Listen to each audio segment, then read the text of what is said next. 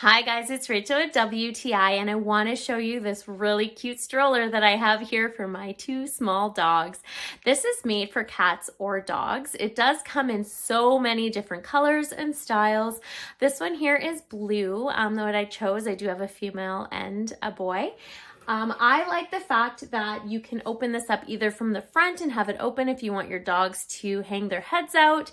It does have a little spot at the top if you want to clip the leash so they're not going to jump out. And it also opens up at the back as well if you want to take them out a little easier. It does have mesh all over so that they're able to breathe, get lots of air, and be nice and cozy inside. The inside does have a liner on the bottom. It is kind of like a wool, so your animals are going to be nice and cozy.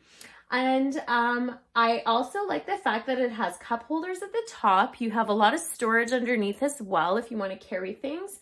There's nice padding as well for your hands when you are pushing the stroller. And it also has ultra-terrain wheels, which is pretty cool, so that you're able to go on all kinds of pathways, sidewalks and stuff, and your dogs are going to be nice and comfortable. There is a brake as well in case you do stop and you don't want it to roll.